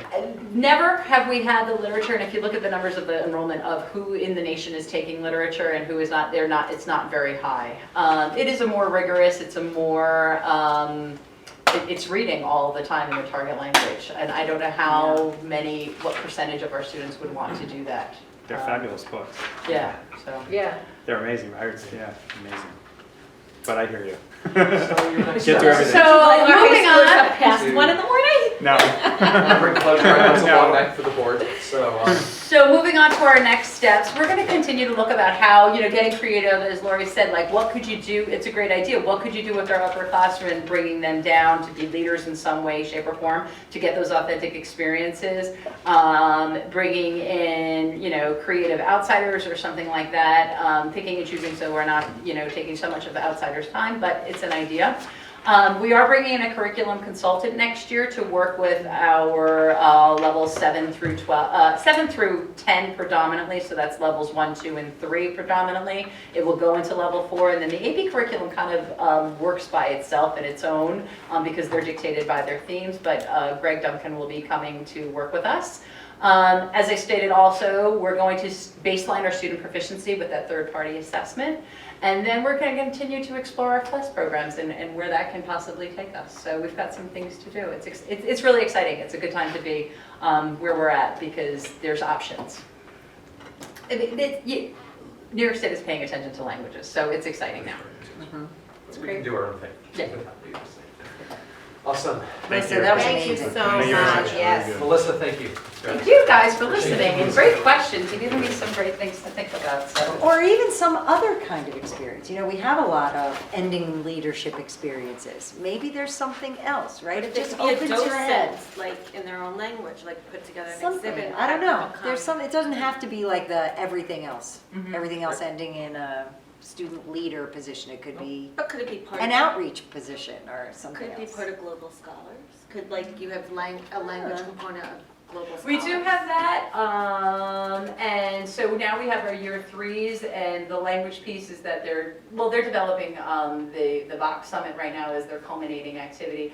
One of the things I often think about is there that immersion piece, and how do we get those kids thinking about immersion, and that involves travel. So that's something that's always out there in my mind, thinking about it. As I see my own kid go through her travel experiences over the summer, it encourages me of like, what could we do and how do we mimic those experiences of being in rural Panama in the middle of Byron Hills? How do we bring that in? So I'm always thinking about those as a culminating activity. We have a lot of not-for-profit, I like even that. if you think about Mount Kisco, Neighbors Link. Neighbors Link there's is some- amazing. We yeah. just started, my daughter just started volunteering there, so I was able to go there. The mother who's in charge of the volunteers, actually, her kids went through Byram Hills, and so she's great. And the programs that Neighbors Link has is Yeah, outreach for their my Spanish daughter speaking worked community. there for a summer as well, Amazing. and she had a great experience. Right, so, and that's, we can encourage kids to do that. Our kids are spread thin though, that's, you know, it's a fact. And you I can't know. squeeze 10 pounds of potatoes into a 5-pound bag. They can so- do everything if we just had 19 days in a week. Yeah, Yeah. 72 hours. And Neighbors Link could also, Just take them all day. it could help them with their community service credits as well. Right. which- And it could be in their native language, so. A lot of our kids actually volunteer there. They do the Summer Links program. I have a student right now in Global Scholars who we had them go out and do a volunteer experience. So he's now actually, he's a native Spanish speaker, and now he's like, I'm teaching ESL classes over at Neighbors Link on Tuesday nights. Wow. I'm like, that, and he's going to be interning there. So, you know, that's amazing. in my mind the full circle for a student like that. He's providing a service. He feels great about himself. He goes, I actually speak Spanish, and I'm a pretty good English student. So it's working great to support the neighborhood. It's great. Melissa, we love your passion and knowledge about language Yeah, learning. Melissa, You bring a that's lot to it. amazing. Melissa's done amazing research, and she's been working just endlessly and tirelessly. You know, she went and got a certificate in global competence a few years back. She's involved in Global Scholars. You're doing so much. It's you. exciting to learn, and it's really great to have the opportunity to be able to do that here. So thank you. You guys have let me reinvent myself a couple times over now, and I can't wait to see what the next part brings. I think I know what it is. We have 2 ideas, you and I were talking. Okay, you'll tell me later. Okay, great. Can't wait. Awesome. But thank you. Have a great night, everyone. Thank you, and, Melissa. thanks Nice for to listening. meet you. Take care. Thanks for Bye-bye. staying. Melissa, that was amazing, thanks. Okay, policies. It's exciting. A lot of policies. Policies, here we go. Okay, so Gina and I will review. That's right, I gotta go right to the. Segues are always hard for me. Here we go. Okay, thank you. So we have a bunch of policies, I believe it's 7. So a lot of the policies we're reviewing now fall under our facilities. They were a few policies we started to look at because we're looking at policies that are more than 10 years old. And then many of these facilities policies cross-reference each other. So it led me down a path of looking at all of these old policies.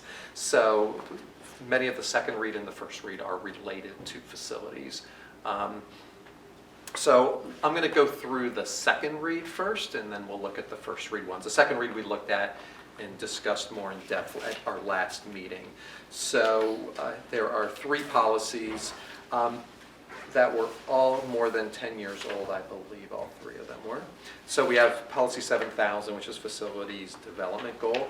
There were not many changes to that policy, just a few small changes to all of these. We looked for, did anything in the law change, did anything in state regulations change, or did anything in our implementation and practice change that would dictate changing policy or coming back to the board and reviewing that with the policy committee. So under this facilities development goals, there was just some changes to the cross references. That is the practice that we follow for that. I reviewed these all. Gina and I both reviewed these policies with Kelly, who also reviewed them with operations and maintenance with Steve Thompson.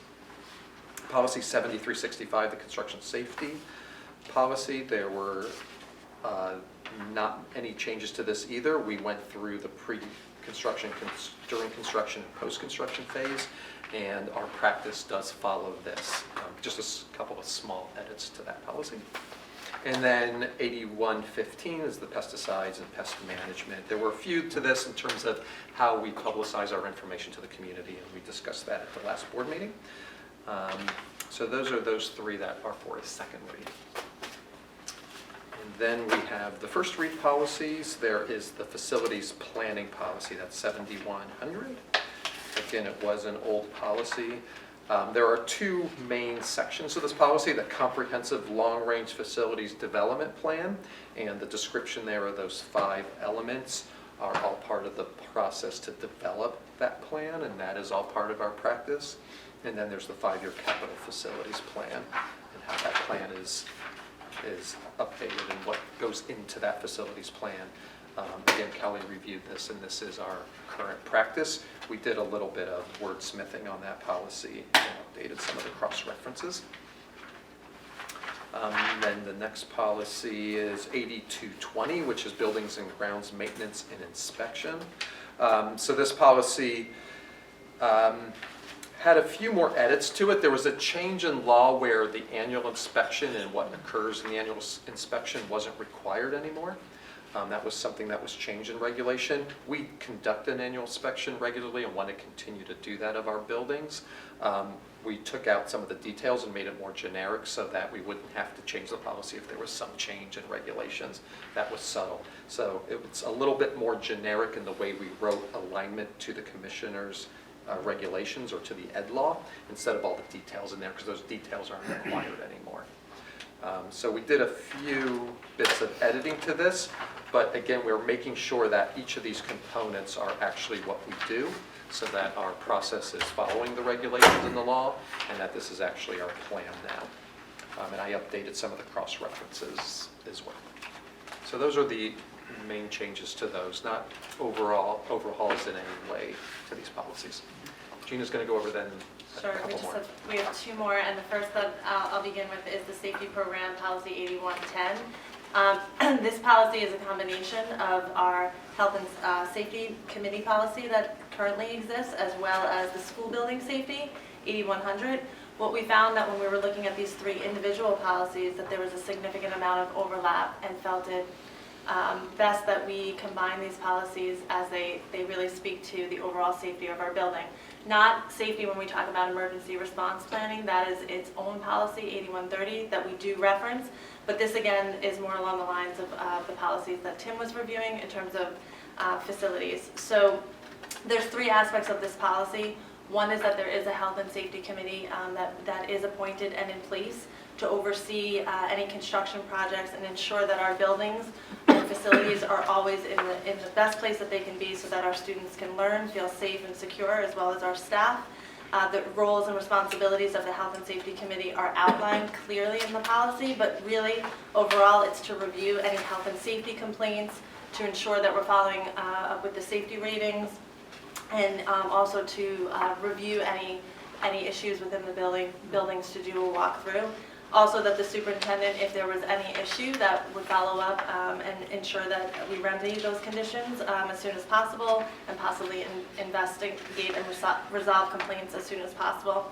Additionally, during construction projects, the second aspect of this policy is referred to as the expanded health and safety committee, and that's where we would involve specific professionals such as an architect or an engineer, and again, reviewing health and safety complaints, monitoring safety, and then reviewing the projects once they have been completed.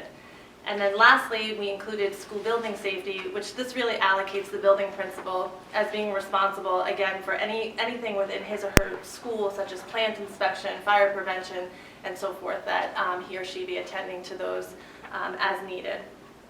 And again, like I mentioned, the important thing is that this is not speaking to our emergency response plans, but more so the actual physical buildings in terms of safety.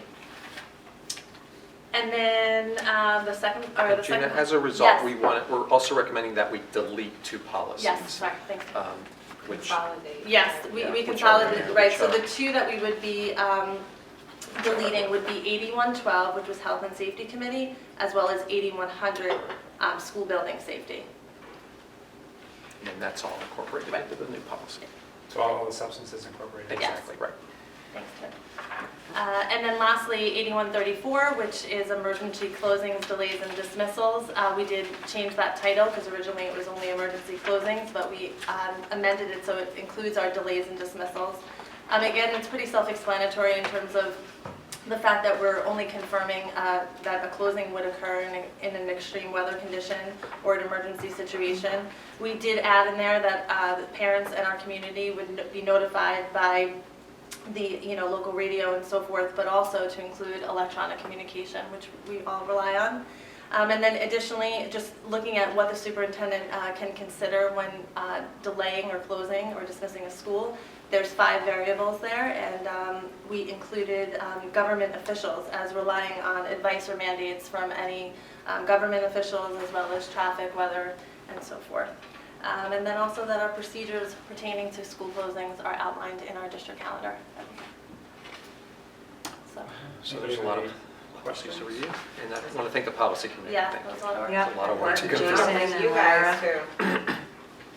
So I would ask for a motion to approve the second read, or I guess to approve the policies of 7,000, 7365 and 8115.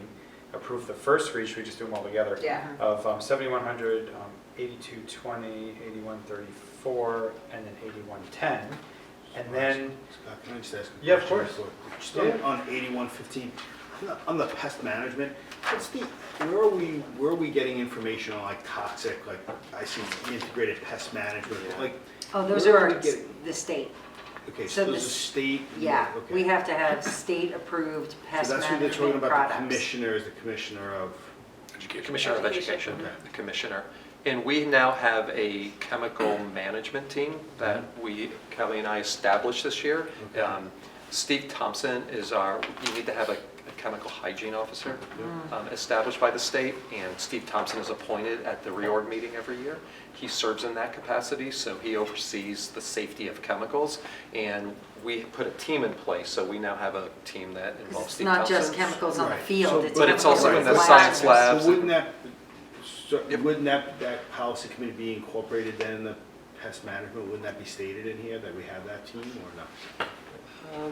Just That curious. team's not required for this? I Not for don't, this I'm not piece for sure. pests, but we'll take a look at that. Yeah, I'm not trying to make it more nope. complicated, I'm just saying it, because that's such a, safety-related issue.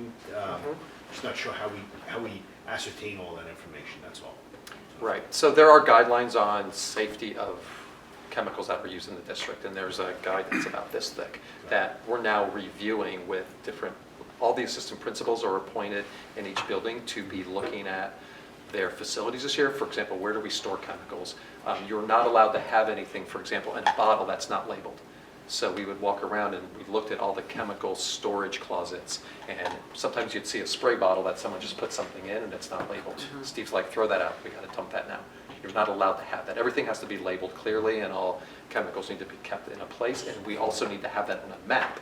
So for example, if we were to have a fire in a building, we need to be able to identify where are the toxic chemicals located so that we would know if it's any danger to a fire or something to that would be hazardous should that explode. So we're in the process of evaluating all of that and following the guidelines of this and meeting with the committee to oversee this work. So this is sort of a subset of that work that falls but under the- pesticides are very different, They're right? very Like, different, there's a yeah. whole different set of regulations So these about are what you obviously can they're put and coming what you down from the cannot put. state. Yep. Yes, Okay. and Steve oversees that, and he gets updates and he gets training So on it that on comes a back regular to basis. the treatment of our fields and Exactly. Absolutely. why we have so many. Steve can dandelions rattle and off that. all the stuff that he uses, and we try to use things that are non-toxic at all times. Okay, thank you. He's vigilant about that piece. So we do pay attention to it. Good. Yeah, it's got. so, no, that's quite You all don't right. have to say it all again, you could say I'm just all gonna, again. and, yep, so, thank And the you. rest. It's been a long week. Policies for deletion, that's the one thing I didn't say before, 8100 and 8112. So moved. Second. All in favor? All right. Gina, Lori, Laura. Got it. Yeah. Lori, I Lara, was hurt got by it. that too. All right. Thank you. Thank you, thanks for that. Thank you for all your work on that. Let me go on So to. now we go to our report Report card. card. Yeah, this is fun, so let me just get something on the screen. So, New York State is now doing our report card in different bits. It used to all come out at once, and now it's coming out in stages. bits. So I think this is the last one of the year. I think it's the fourth segment of the report card, which is the accountability measures. It's more complicated under ESSA, the Every Student Succeeds Act. So before I talk about the report card specifically, I just want to review ESSA. This is, I think, the third time now I've given you some update of ESSA and what it entails. It's very complicated in terms of the accountability measures, and that's why it's taking the state a while to get us information. So first, just to go through a quick review of ESSA. Now the accountability status identifications, they've changed under ESSA. When I say it's changed under ESSA, this was the reauthorization of the the Elementary and Secondary Education Act and Race to the Top. So that's where these come from. And schools are rated in three ways. There are schools or districts in good standing. You could be a targeted support and improvement school if you're not meeting some benchmarks, or a comprehensive support and improvement school. we are a good standing school according to our accountability, and I'll talk about that in a moment. So right now, the measures used to determine accountability fall under these 4 indicators. There's a 5th one being added next year, which is suspension rates, and more may be added by the state. So they have a plan to add more accountability measures and reporting measures. The ones with an asterisk there, the student academic achievement, student growth, and graduation rates are weighted more heavily than the other ones. And each one of these is calculated differently. So some of these are normative and some of them are criteria-based. Criteria-based is you have a set of criteria to meet it. All schools could be a level 4. Normative is that you're compared to your peer district. They take a certain percentage of districts that fall into the top level, like some type of normal curve. So that we've pushed back a little bit on that when the state was rolling this out, but that's just the way they calculated the measures. Is there any climate survey data in here eventually? So that's coming out as well. Yep. Okay. That's But not yet. Not yet. Yeah, the state actually pushed that back a little bit. It was supposed to be, I think, next year in 2020, and now there's a little bit of lag on that. So, but that's supposed to be another indicator as well. And do they know yet, is it their survey or is it any survey of your choice? That's, I think, what part of it. Yeah, so I think there's a lot of different, they are putting out the questions, but you can deliver it through different mechanisms. Oh, but they want to set There's standardized questions. standardized questions, yep. Standardized questions. It's not Im- not But necessarily then a deal. vendors now have incorporated that and now they're selling it to districts. So it's stuff like that. We could do our own because we know the questions. We could just have someone input that all into like a Survey Monkey or something if we wanted to. Also, there's 10 subgroups, so accountability groups. And these are the subgroups that are there. So each one of those 7 indicators is calculated for these 10 subgroups. And that's done for every school. And then there's some rules about the number of students you need to have in a cohort and some changes under ESSA. I could get into more details if you're interested about how they calculate those numbers. Oh, Tim, poor you. Which I understand some of it. I have to go back to my notes from the training. And these are the 4 levels. So for each subgroup and each measure for each school, you're assigned a level 4, a level 3, a level 2, or level 1. Level 4 being the highest and level 1 being the lowest. And each one of those 7 indicators have different ways that they're calculated in complex formulas. So I wanted to give that background again on how this is all calculated. As you're looking at the report card, so we are a district in good standing. All of our schools are in good standing according to this measure. And as you look through the report card, you will see lots of 4s. In fact, you'll see mostly 4s, which was surprising to me. Last year, we had a mix of 3s and 4s, which is typical. This year, we pretty much have all 4s. Generally, you're looking at multiple years of data now, and they're looking at some complex formulas, basing it around some different indicators and the way we calculate it, and we're doing quite well in all of the subgroups and in all of our schools and all of the different metrics they're using, which include ELA and math and science on the state assessments. Where you will see us getting dinged a little bit, it doesn't have an impact on our standing, is in the participation rate, which we knew going into it, that we're still hovering a little bit under 95% participation rate on the state tests. I don't even think that's bad. Given, Yeah, right? Yeah. Given history?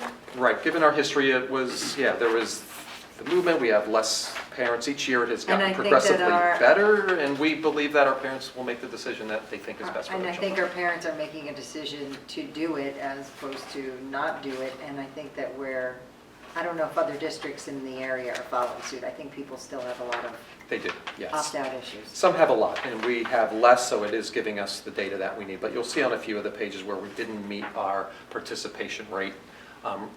The state now has made it easier to not, if you didn't meet that for 2 years in the past on the race to the top, you had to then go and do this whole long process. But now the state's saying, if you didn't meet the participation rate, but you're showing growth each year, and you have all level 3 and 4, then you're okay. We're not gonna hold you accountable for it. So that was their way of fudging this federal regulation. Got it. So I appreciate the state trying to soften the accountability. Right. Because there was a lot of anxiety around what this was going to do, but I think they worked really hard to soften the edges, so to speak. Well, I wonder if And it's making it working on for us. time. The resources alone to. Right, right. Yeah, I wonder if making it untimed also took some of the pressure off. I think so. Now, I got a Yeah, survey it certainly recently. did. Yeah, Yeah. I think that helped a lot. I did receive a survey earlier in the year from the state asking questions, and one of the questions was my opinion about the time test. So it looks like they're evaluating, and I was like, just leave it, don't touch anything else, just leave things the same. But plus, the more they change things, the more you can't compare year over year anyway. Right, exactly, I know. Well, that's the thing, is keep it steady for a while so we can at least see if there's some improvement is based on what we're doing, not what you're doing. The nice thing about these exams for our school is that they're not punitive. They help, right? They help identify issues, and they're not punitive to the teachers, Yeah. correct? And they're not punitive to the students. Yeah. So unlike New York City schools, it really is a nice evaluation tool. It's not the only one, but it's a nice evaluation is. tool. And it's It just can help more us. data for us to help our students. So that is how we try to educate our families, is to say we do use this simply to help us identify your child so we can provide appropriate services and get their foundation stronger as they go into high school. That's really the purpose of this. I'm going to share with you some information at the next board meeting that Peggy has worked with very hard with her teachers on academic intervention services, and I'll share that where it's just serving that purpose. We see gaps, let's put something in place so we can try to address the gaps that students are showing based on, there's the state tests and our own pre-assessment of students in ELA and mathematics, and I'll share some interesting information with you at the next meeting. Just the final thing, as I'll say, is looking at the region in terms of the Student Growth Index, which is one of the calculations in the accountability measure. I was comparing us to similar schools in the region, which is Putnam, Rockland, and Westchester counties, and we're ranking #1 on that Student Growth Index, which looks at, it combines 3 years of student growth in ELA and math. And so that was pretty remarkable, and the next district was pretty far behind us. So I think we had some room to improve at Wampus, and I think we're starting to see that show up in the growth index that the state's calculating. So that's just an interesting metric for me to be looking at as we're trying to do this improvement. So that's our accountability report card. Do you have to vote on accepting this or not? I forget if this is an action item. I have it, yeah. Is it an action item? Oh, Do okay. I Thank you, Gina. Wow, Gina. Yes, Do we have a choice out of pure curiosity? Yeah, that's a good question. Yes, we just didn't do it. Please accept it, please accept it. They're gonna ding us Yeah, for because I'll probably have to do a non-participation report over if you 95%. don't. For this Okay, state. so can I get a motion to accept the 18-19 New York State School Report Card? So moved. Second. All in favor? Got that, Lori? I don't know who the second was, sorry, I wasn't on it. Thank you. Thanks for your time.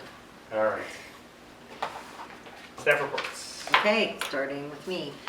First, I wanted to start by recognizing our former principal, Dr. H. Evan Powderly from Crittenden Middle School, who had been our principal for 24 years and mentored many of us at this table, parents included, and who has passed away recently. And we were fortunate to partake in services with his family over the course of 3 days. I know that St. Patrick's on March 15th is going to have a mass for Dr. Powderly at 10:30 in the morning. And I know that they are going to be doing something in Maine with the Powderly family, where many of the Powderlys are from, in the summer months. But the community, the school community got together and was able to spend some time together and really commemorating the life of pretty incredible individual in our school district and in many of our professional lives. So I just wanted to take a moment to recognize him. And, you know, he was the person who taught us all about fidelity to our organization. He created a learning culture at Crittenden when he was there that was unlike anything that had been there before. I was a pre and post Evan Powderly person in my younger years when I was at that school. And while I highly esteemed my principal before Evan Powderly, Evan came with a mindset that he was going to turn us into a learning institution. And that is something that continues to serve us well today. So we just wanted to take a moment to recognize him tonight's meeting. And there's no segue after that. My next topic is coronavirus, and I feel like that's terrible. You know, but you know, we do have to talk about things that are relevant to the here and now.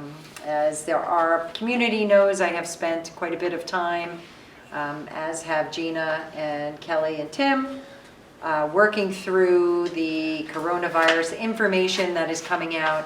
We are really not getting much guidance from the state level as far as schools are concerned yet, potentially because it's premature for anybody to be giving us that kind of guidance. I'm not sure that we're going to get that guidance either. We have made so many changes. We have our flu protocol in place, of course, but we have enhanced that flu protocol. We are cleaning buses. I have sent these notifications to parents with links to specific sites that will have updated information, as we don't want to be sharing minute-to-the-minute information. It's impossible, but CDC sites and World Health sites are applicable in that matter. We are functioning as a school district, so the questions are, what are you trying to do as a school district to make sure students can still be educated should something happen? And while I want to be very cautious to say these steps that are in place are not to exacerbate any kind of anxiety over these issues that are coming out in the paper, because it is anxiety provoking for many families in this community. Our goal is to educate and to make sure that our schools are safe and clean places for children, not to get churned up in some news or frenzies or families, family choices. Ours is to make sure every child here is safe and that we're following the state education guidelines. And that means we cannot alienate students from school at this point if they are not symptomatic. We are being very careful and collaborative with our school physician and with any families who have traveled, who have let us know that they have traveled, with the Department of Health and with the CDC to make sure that we are watching incubation periods, et cetera. So I thank the community for their support in that regard. We have some very big decisions potentially to make in the future, whether or not there's any new news about the coronavirus. We have a lot of potential trips that are going out, and we are looking closely at those trips and last payment dates on those trips, because a lot of those trips are to places that are with people from all over the world. And we have to err on the side of caution with our children, and we will be making those decisions within the upcoming days. So I don't know that anybody's watching our board meetings, but if you are, I wanted people to know that we are looking into that. I'll send a parent newsletter out by Thursday or Friday indicating that we are looking at these trips, and trip by trip, we will be making decisions. With in your forefront of your mind is the health and safety of our children in our community. Paramount to everything else, right? And that's difficult because I'm a parent also, and I've paid for my kids to go on particular trips, and my children have been excited for things, and to tell children at any point that they can't go is perhaps the most responsible yet unpopular decision I could make. But right? health and safety is priceless. Right, exactly, foremost. I don't want our kids going to a place and not being able to come home, right? They're quarantined for a certain amount of time. I don't want them going and coming home and finding out something has happened to a child in the district. And, it's not to say there are varying degrees of this virus, right? For how it's impacting different people. If they are immune compromised, we may have people who are somewhat immune compromised who don't necessarily know that, right? So, we have to be careful for all. So I will have something coming out within the week's end. Yeah, I think the important point about this is that despite the lack of specific guidance so far from the state, that could change. I mean, there are a lot of things that we can do at the local level, and there's not a day that's gone by over the last many days that this district hasn't thought about this issue and started to take as many actions as possible that are reasonable and that put health and safety first. And there are a lot of day-to-day practices, even as simple as making sure that people wash their hands. I mean, Right. It's one of the single most important things that we can do, just that type of education, and obviously thinking about things like trips and all the other aspects that we'll have to think about are an important part of what we need to do over the coming weeks. And I want to thank a parent in the community and a local physician, Dr. Contestessa. He's going to be working on a little video to give to the elementary students. We're going to send it home in a blast for parents to watch with their children. and really not, saying anything about the coronavirus, just healthy tips, right? I mean, we do have to practice healthy tips on a regular basis. There are lots of other things our children can get that we don't want them to get, that healthy tips will prevent. We are not all coronavirus focused. We are full health focused. So I'm grateful for him for doing that. Next is, of course, we keep having conversations about advocacy, and especially in our Lower Hudson Council of School Superintendents, and really looking at talking to our state senators and assembly members about mental health supports and about foundation aid. I know we keep saying this time and time again, but it is important. We're having a legislative meeting with Shelley Mayer on this week at 2:30, March 5th. She invited superintendents to meet and discuss public education issues and really share regional data. And she is trying really hard to have conversations about foundation aid in particular. Next thing I wanted to talk about is some conversations that we have been having regarding library and lecture hall at the high school, and looking at renovation projects for that, which is a multi-year project. Multi-year meaning we have to start planning, then we have to get architects, then we have to, right, there are many stages to this process. We have to include a lot of stakeholders. So Chris Walsh has really done a lot of work to date in the Library Steering Committee, finding data on how the library is being used. This year he had Letty Nardone, our librarian, go to renovated libraries locally. There were about 8 of them. The committee sat and looked at what they liked, like practice and collaboration rooms and charging stations and whiteboard walls and desks, circadian lighting, quiet space for reading, acoustic panels, stand-up options for working, right? These are all things that are really important for our kids. This week, Chris will take faculty committee through the slides of the different schools to get their feedback. Next step is Tim has already started working on this, and Kelly will help us with a timestamp, right? What are we doing at each phase of this process regarding when are we involving the public? Because we would anticipate that this library renovation project, if approved, would come from our capital reserve funds. So that is going to be a multi-layered process of informing, board, getting approval, going to the public, getting approval, et cetera. And Chris is going to give Andrew Taylor a lot of feedback from that committee. And then Andrew and one of our students are going to start looking at creating that library space. Like, what do we think that space should look like before we spend money, before we go to architects, before we do any of that? We want really to have a consensus from everyone. How is that best utilized as a space, the library and lecture hall? And then something I want to share just quickly. This is going to be further fleshed out, but this will be on the website from now on. Our media center, I asked them to put together some media guidelines, right? So we will be adding some things to this, but when you have a team, and the team wants to put the Byram Hills, the interlocking BH on a sweatshirt, we don't really care what color the sweatshirt is, but we care very much that that team is not putting a B on the front of that sweatshirt that looks exactly like the Boston Bruins, or that they are, doing things that are differing from what have been some of our standard practices. So we have specific colors, like if this is going on paper, this is the kind of, this is the spec that you need. If this is going on a shirt, this is the specific spec that you need so that you get your colors right?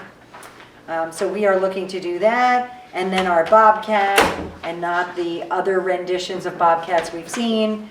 And then the interlocking BH in various colors. And then at the end, the block lettering that is typical of Byram Hills. And so that will be housed with Brian Melso for any teams, any grade levels that are doing anything. He's going to actually have that accessible for them to use. And if anyone has another idea, like let's say somebody comes up to me and says, I would really like to have the BH but I would like to have, I don't know, American flags put within the BH because it's the 4th of July and we're celebrating. Well, we may not want to do that. We may want flags on the t-shirt, but the BH stays the way it is. So we're asking people if they're trying to do anything that's going to deviate from this, to ask permission of the district office so that we can be sure that what we're putting out there is like a similar product each time. And we know that things will be added to this over time, but this is our rough start at keeping things pretty consistent. Most schools have something like this. Yep. Yeah, well, we didn't even have a media communication center prior to the last year, so. And then the last part, student highlights. So our national merit finalists, we had 3 Byram Hills High School students named as national merit finalists for 2020. Christina Ferrari, Callie Hoffman, and Elena Lowe. Congratulations for being recognized on a national level. They're now eligible for approximately 7,500 merit scholarships. Not $7,500, it's 7,500 merit scholarships. They're going to know in May, but regardless of all of that, we're proud of them for the great recognition they bring to themselves and to our community. We also have our science research students had a successful day at the junior science high school, in the high school. 2 first-place speakers are going to go to Albany to compete in the upstate competition. That's Owen Skrilloff was honored for medical science. Sam Aberman won a medal in cellular and molecular biology. And we had 2 students present posters. Sarah Alani placed 3rd in behavior, and Allison Stillman 4th in neuroscience, and Alexa McGrath 5th in biological science in the alternate. And then we had 2 seniors recognized for their posters, Talene Postjan and Amanda Mackey. So congratulations to those students. Our authentic science research student, Sydney Glassman, just named one of 10 finalists in the STEManities competition for her research on teens' anxiety and Snapchat use, which is fascinating. She now has the opportunity to travel to California, although we'll see, sorry, to compete for prizes amongst students through the nation and in the finals. Oh, maybe I'll just take her myself in the car. Also, we had a Con Edison Scholar Athlete Award. Whoa, hold on one second, sorry. So we have Alexander, it's too bad that Ira's not here, he would really appreciate this. Alexander Behar, a wrestler from Byram Hills, received the Con Edison Athletic Scholarship Award, so congratulations to him. And he captured a sectional title for the Bobcats in wrestling, became the sectional titleist in our school's history. So pretty amazing, yes. We're really proud of him. And I think that is all the news, all the amazing kid news I have to report. Yes, that's it. Nothing new to add.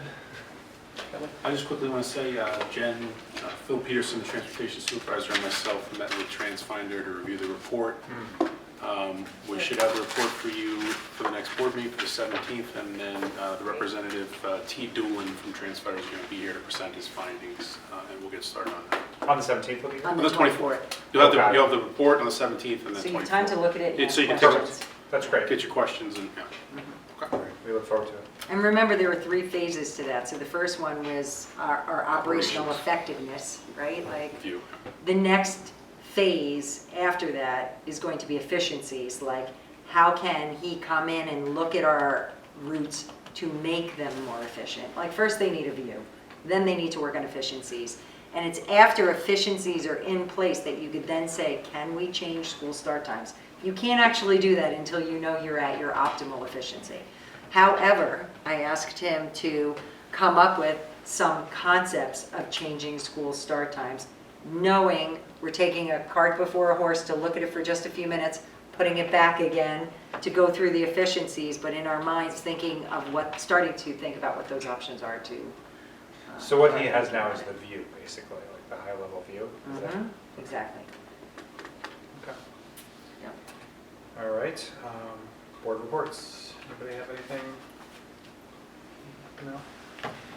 All right. That brings us to communications to the board. Anybody have anything? All right.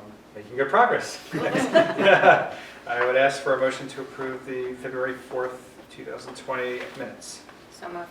Second. All in favor? Motion to adjourn. So moved. Second. All in favor? All right. Good night. Thank you. Thank Thank you. I made it very easy for her. I got it.